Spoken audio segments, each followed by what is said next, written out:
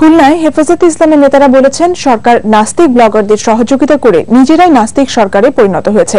তারা বলেন নাস্তিক ব্লগারদের রক্ষায় সরকারের কোনো ষড়যন্ত্রই তৌহিদি জনতা সফল হতে দেবে না।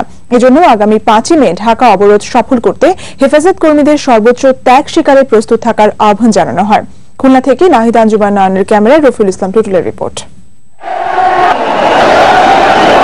মহাসমাবেশের মূল কর্মসূচি দুপুরে শুরু হলেও সকাল থেকেই খুলনা সহ আশেপাশের বিভিন্ন এলাকা থেকে মিছিল নিয়ে যোগ দেয় হাজার হাজার নেতাকর্মী। সমাবেশে বক্তব্য দেন দলের কেন্দ্রীয় ও স্থানীয় নেতারা।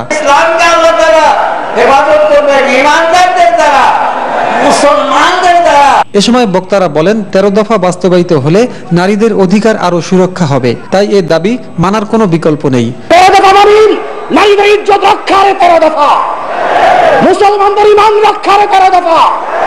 এই 13 দফা মানতে হবে। বাংলাদেশের মানুষ তোমাদের বিরুদ্ধে যে প্রতিরোধ গড়ে তুলেছে, এই প্রতিরোধ ততদিন চলবে যতদিন এদেশে কোরআনী হুকুমত বাস্তবায়ন না হবে।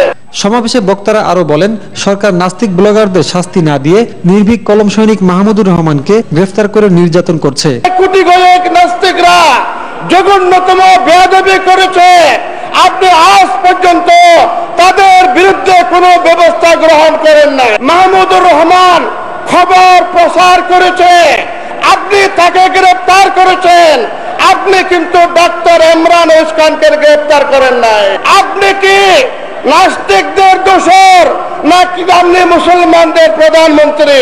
এসব নির্যাতন বন্ধ করে সরকার 13 দফা দাবি না মানলে রাষ্ট্রীয় ক্ষমতায় থাকতে পারবে না বলেও হুঁশিয়ারি দেন বক্তারা। তৌহিদি জনতার দাবি এই 13 দফা দাবি, ঈমান রক্ষার দাবি, এই 13 দফা দাবি দেশের স্বাধীনতা সার্বভৌমত্ব রক্ষার দাবি।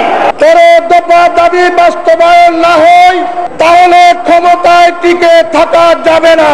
পরিস্থিতি কিভাবে সামাল দিতে হয় তিনি জানেন। মাননীয় প্রধানমন্ত্রীকে তার সম্মান রেখেই বলতে চাচ্ছি, আগামী 5 তারিখে সংবাদ পাওয়া যাচ্ছে রক্তের বন্যা বহানো হবে। আপনি আপনার বাহিনী তৈরি করুন, আমরা ইনশাআল্লাহ প্রস্তুত আছি।